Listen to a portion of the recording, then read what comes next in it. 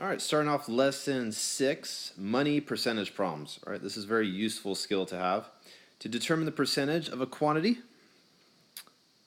multiply the quantity by the decimal equivalent of the percentage. All right, so here's an example below. John bought a $210 iPod that was on sale for 35% off. Okay, so how much did John save? All right, well, if it's 35% off, then he's saving 35% off the asking price, the original price. So all I have to do is take 210 and multiply it by the decimal equivalent of the percentage, which is 0.35. All right, and we get 73.50. All right, if the question asked how much did John pay, all right, well, you're saving 35% from the original price, so you must be paying then 65% from the original price, right? Because these two percentages have to add up to what? Always 100%. All right. All right, and so I work that out. 65%. The decimal equivalent is 0.65. I get 136.50. All right. The amount you save and the amount you pay should add up to the original price. If you could connect all this information together and you understand it 100%, then these problems will be no trouble for you whatsoever. All right, let's go on. Example here. All right, snowboard at Sports Chalet that costs $320 is on sale 40% off. How much would John save if he bought the snowboard? All right, how much would he save? All right, well, he's saving 40%. All right, so we take 320. I don't need to add all the extra zeros. That's just going to be extra work. So just take 320 and multiply it by 0.4. All right, so I have 0, 8, and 12.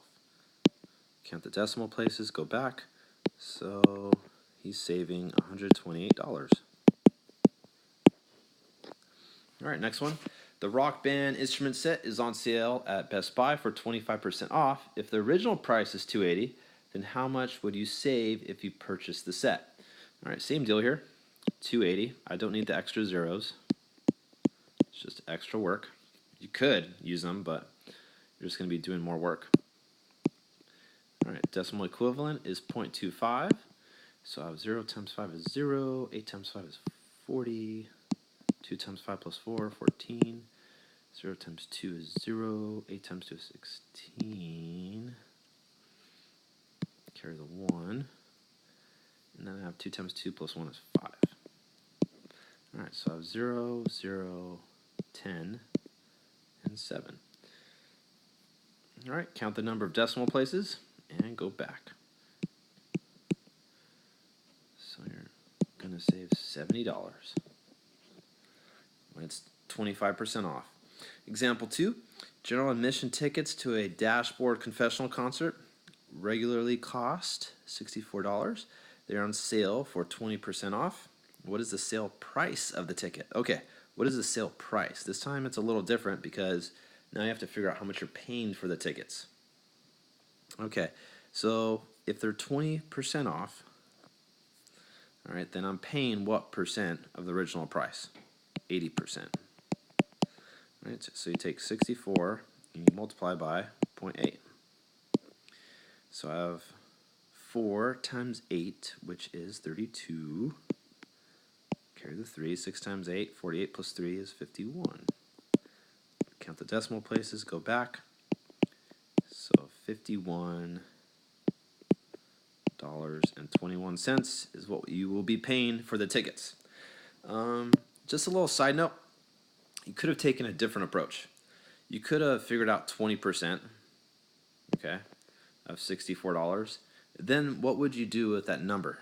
All right, you would take that number that you got and you just subtract it from $64, because you're essentially, if you figure out 20%, you're figuring out what you saved. So if you subtract what you saved from 64, then that's going to give you what you paid. All right, part B. Best Buy has a sale on the iPod Touch for 15% off. If the original price is $300, then what is the sale price? Sale price, once again, is what you paid. Okay, so there's two different ways to do this. I'm going to take an approach different from what I did here. I'm going to first figure out what 15% of 300 is. Just to show you a different way of looking at the problem. You could do it however you like, though. All right, so we have 0 times 5 is 0, 0 times 5 is 0, 3 times 5 is 15. Now 0 times 1 is 0, 0 times 1 is 0, 3 times 1 is 3. All right, so I have 0, 0, 5, and 4. Count the decimal places. All right, so I have 45 bucks here. But that's the amount that I saved. I want to know what the sale price is. So I just take 300 and I subtract 45. Okay, and that's really simple to do. All right, so we just get 255. All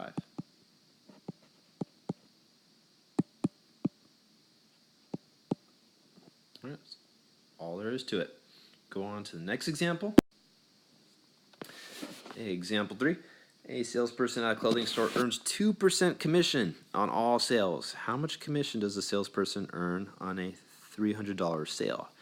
All right, when you're working and you get commission, that gives you more incentive to work harder, because the more sales you make, the more money you make.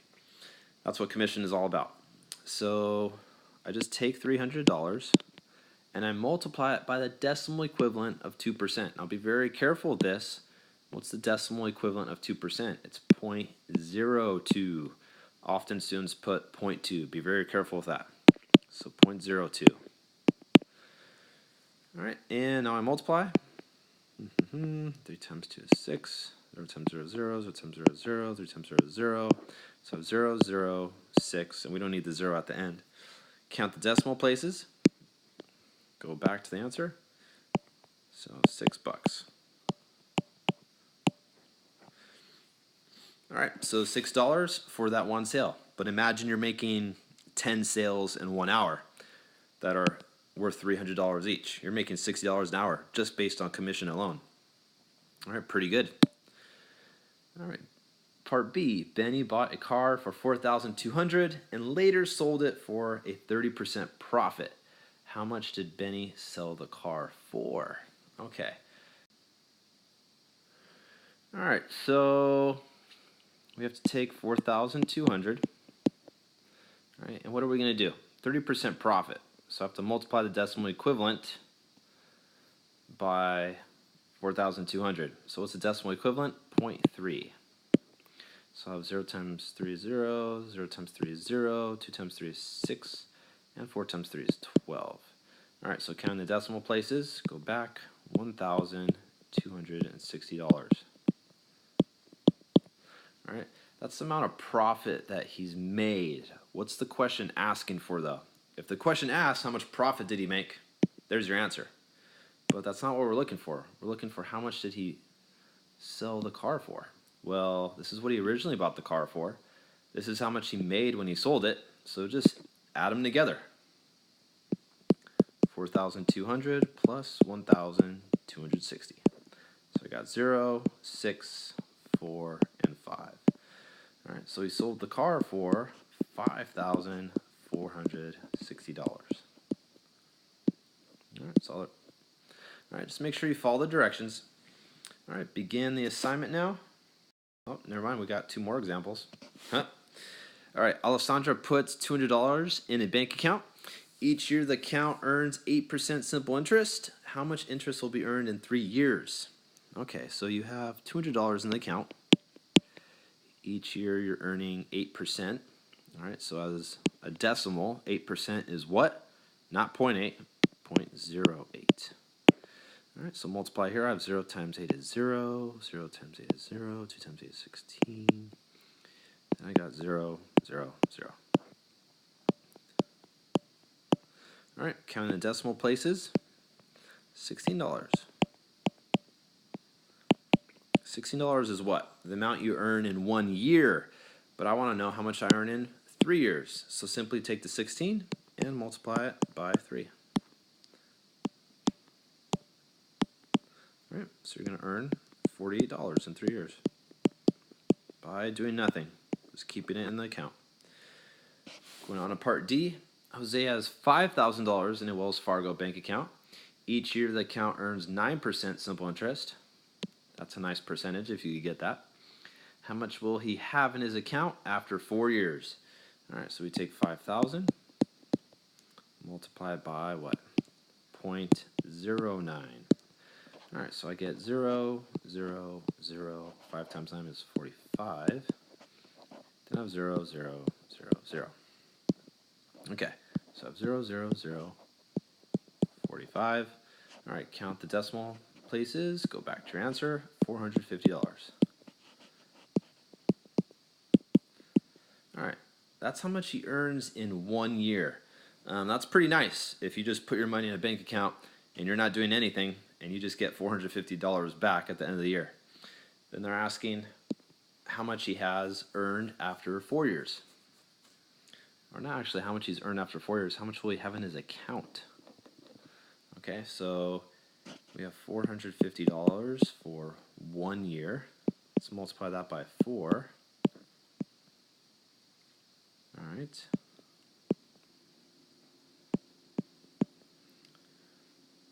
All right, so $1,800. All right, in 4 years. How much will he have in his account? So 5,000 plus the amount that he's earned from the interest. That's going to be 6,800.